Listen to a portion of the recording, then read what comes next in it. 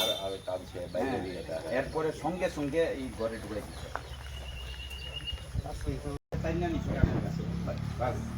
তো বাইরের থেকে বাতাসটা না দুই জায়গায় বাতাস ছড়াই দিয়ে আর বাইরের থেকে লাঠি তো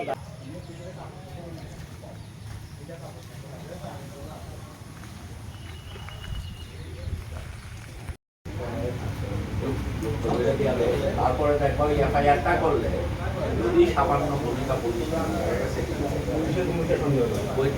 যদি কোথাও কোনো ছোট এখন দেখতে থাকে তাহলে তারা বেশি দূর গেছে না, তখন মাত্র হয়তো হয়তো বাড়িতেই দেখছে না। আজকে আমরা কমলপুর মহকুমার চানকাপ এলাকায় আমাদের ভারতের ট্রেড ইউনিয়ন কেন্দ্রে ত্রিপুরা রাজ্য ওয়ার্কিং কমিটির সদস্য এবং কমলপুর মহকুমা CI2 সম্পাদক তবে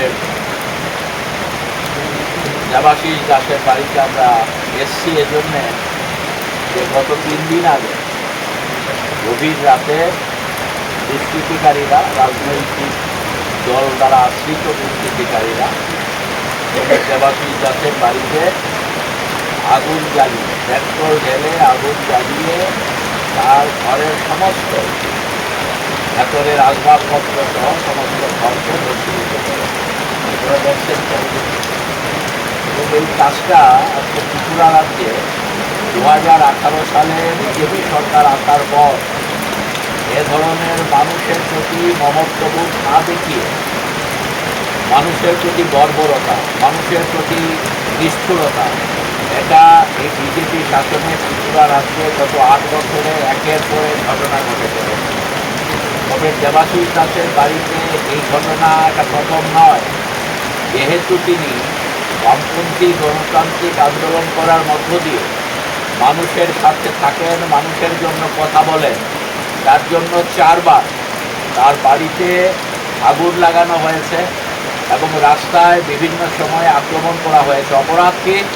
একটাই অপরাধ, কেন মানুষের পক্ষে কথা বলা হয়, কেন মানুষের দাবি দাওয়া নিয়ে লড়াই আন্দোলনে সেখানে দেবাশিস দাস থাকে, তার জন্যে আক্রান্ত হয়েছে।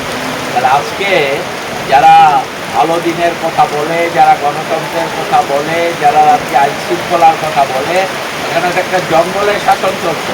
গণতন্ত্র বলে কিছু নেই সারা দেশে, আর আমাদের সারা দেশে এবং ত্রিপুরা রাজ্যে আজকে জঙ্গলের শাসন চলছে। আইন শৃঙ্খলা বলে সমস্ত কিছু ভেঙে পড়েছে। প্রশাসন পুরোপুরিভাবে শাসক দলের কবজায় চলে গেছে।